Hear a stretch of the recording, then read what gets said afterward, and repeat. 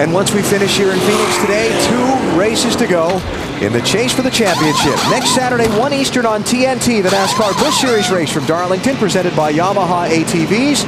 And next Sunday on NBC, 1 Eastern time, the Mountain Dew Southern 500 will start with Discover Card Countdown to Green. And if you think this racetrack is weird, wait till next week. That's really weird. It'll be a handful. And with all the twists we've seen in this championship, throw Darlington on top of that. Yeah. Boy. I'd hate to think I had to go someplace and win a championship running at Darlington. Okay, here's the situation. We've got 25 laps to go. They're going to run the jet blowers through turns 3 and 4 one more time and then try and restart the race.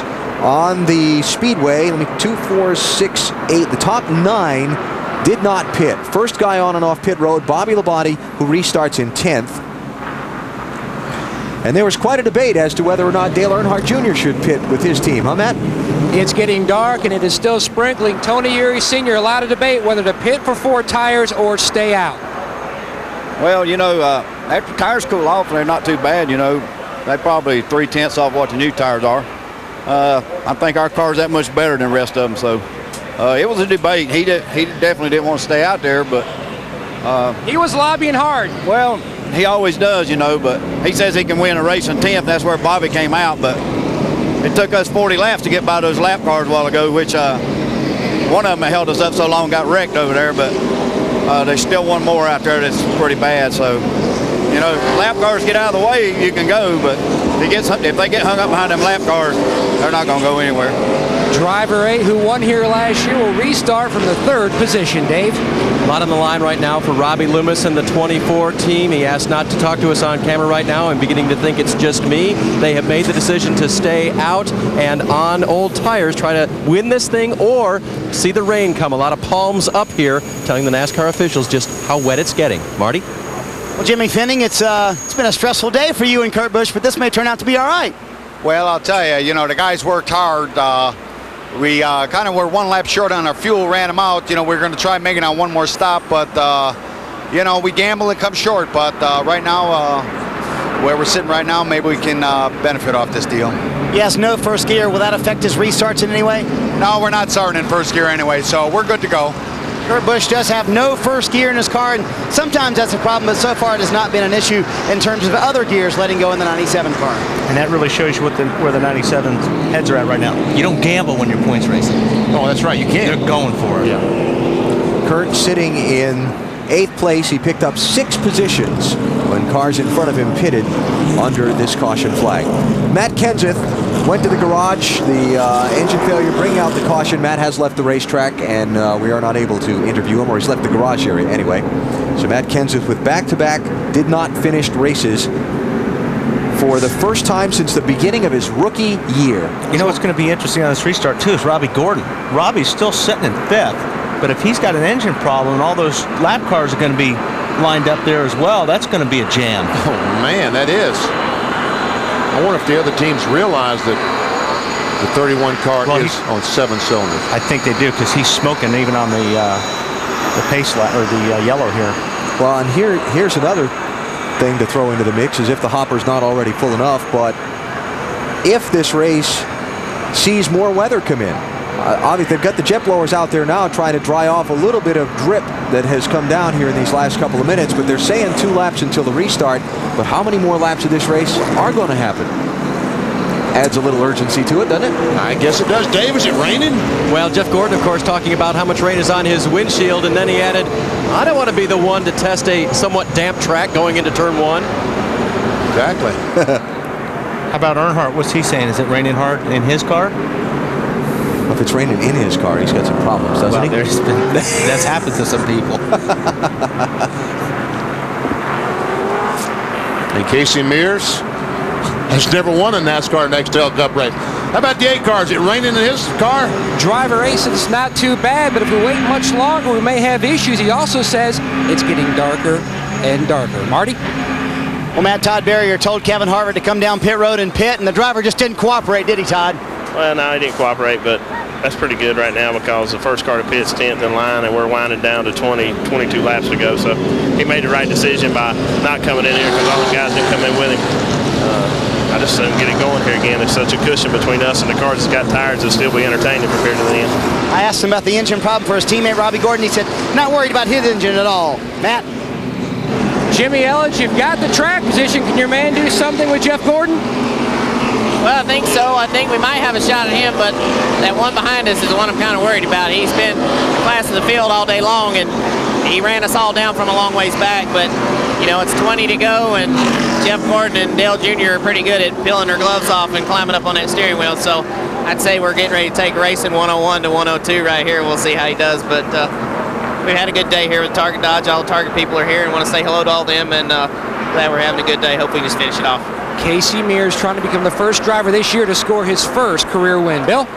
Matt Field about to get one to go at the line here, and on Mark Martin's radio, crew chief Pat Tryson telling him some of the guys are talking about rain, but it's not rain, and Mark came across the radio. It's not rain, and Mark desperate to pick up some spots and some more points and remain in the chase for the championship with 2 to go. He might race in, you know, like a thunderstorm or something under these circumstances. Every lap they stay yellow is hurting the guys that put fresh tires on. Oh, that's right. Because that just gives them one less lap to go race. Mark Martin back in 18th place. Another thing that's hurting, just like you talked about, Wally, all those lap cars pulling up on the inside. So we see Kevin LePage is up alongside Jeff Gordon. Green will pull up there. Sterling Marlin. Scott Wimmer will get up there. So now Bobby Labonte with fresh tires, sure he's at 10th spot, but he's actually going to restart in 20th. So the restart will be with 19 laps to go. And Jeff Gordon has Casey Mears between himself and the dominant driver in this race, Dale Earnhardt Jr. Kurt Busch sitting in 8th after a pretty good rally where the championship leader is concerned. And one of the guys with fresh tires at the back of the field. How much progress can they make in these final laps from here to the checkered flag? And will any knuckleheads show up? Always. Green flag, here we go.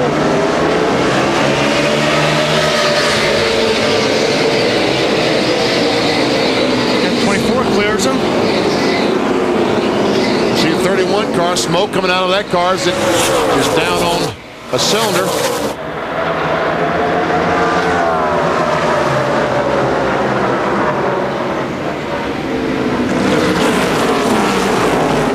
Oh, contact there. Second position, Junior got in the back of the 41 car, but everything's under control. I think Junior, he checked up a little bit to let 41 of Casey Mears gather himself up a little bit. Gave Jeff Gordon just a couple of car lengths of breathing room. Just a couple. Bobby Labonte came across the line 2 seconds behind the leader, Jeff Gordon, just after those 2 laps. Yep, that's the first car with fresh tires from the pit stops. And he's back there at all that traffic. While these guys are strung out, they got a clean racetrack ahead of them.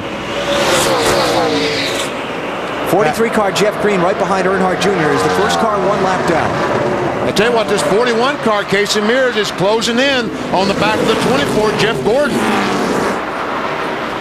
Oh, this is a great battle for the lead. Yeah, it looks like the 41 might be able to work underneath Jeff Gordon. Wide in 1 is Gordon. He just can't keep that car on the bottom, and here comes Mears on the inside. Not quite enough. Oh. Maybe going into 3, because he seems like he's a little bit better in 3, Casey Mears is, than Jeff Gordon. Right there. Just a little lower. Not enough to get underneath him, though. And Earnhardt Jr. look into the inside of Casey Mears for second with 15 laps to go. Now this is trouble for Gordon. This is trouble, big trouble. But Casey Mears is hanging there. Remember last week? Oh, trouble. Caution's out. Jamie McMurray into the wall in turn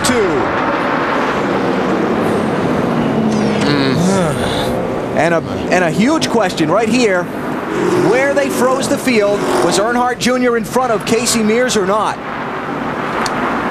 That's not my decision. My guess is that he was, but that's just my guess. I'm not the one that makes the decision. At least he doesn't have to put any more gas in it the rest of the day because he'd be unable to. All right. NASCAR is Dale Earnhardt Jr. is in front of Casey Mears for second place. Not good news for Gordon. Now, if this thing goes another 4 laps, it'll be a single file restart. Yeah. Let's go back and see what happened in turn 2. There's the 42 to the left of the screen. Oh, these guys just... It looks like he just lost it there, but the guys behind him were running into each other as well. And Jarrett just barely gets by. Looks like... Whoa! Jarrett was in front of him, wasn't he, going into the corner? I wonder if Dale had a flat tire. Let's take a look. Oh, I see. They made a little contact. Yeah. And 42 car just jerked the car down to try to avoid hitting. He does have a flat. 88 does have a left rear flat because of that contact. Yeah. Yeah. Now watch this. I think you'll see Biffle here. Yeah. In front of you, in front of you. Go low, go low, go low, go a little bit lower, go on through. Good job. Mike Dillon, the spotter for the 31 car, Robbie Gordon. And there again, depending where they froze the field, Robbie lost a lot of positions there. So Jarrett on pit road, came back from a lap down to get back in the mix for a good finish. And now that appears to have gone away in the final laps. So these races keep having all these twists and turns. Don't go away. These final 13 laps could be pretty wild too. Jeff Gordon's your leader.